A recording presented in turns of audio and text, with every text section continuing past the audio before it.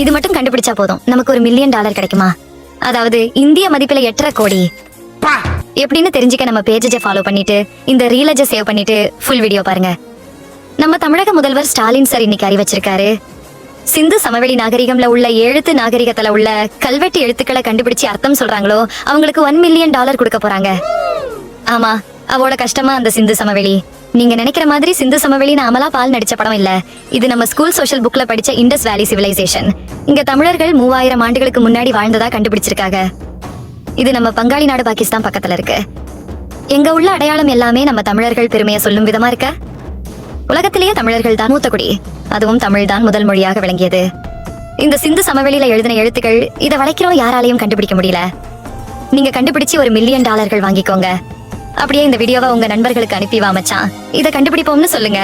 இந்த மாதிரி நிறைய இன்ட்ரெஸ்டிங் வீடியோஸ் பார்க்க நம்ம தூத்துக்குடி ஃபார் யூ ஃபாலோ பண்ணி வச்சுக்கோங்க. டாடா.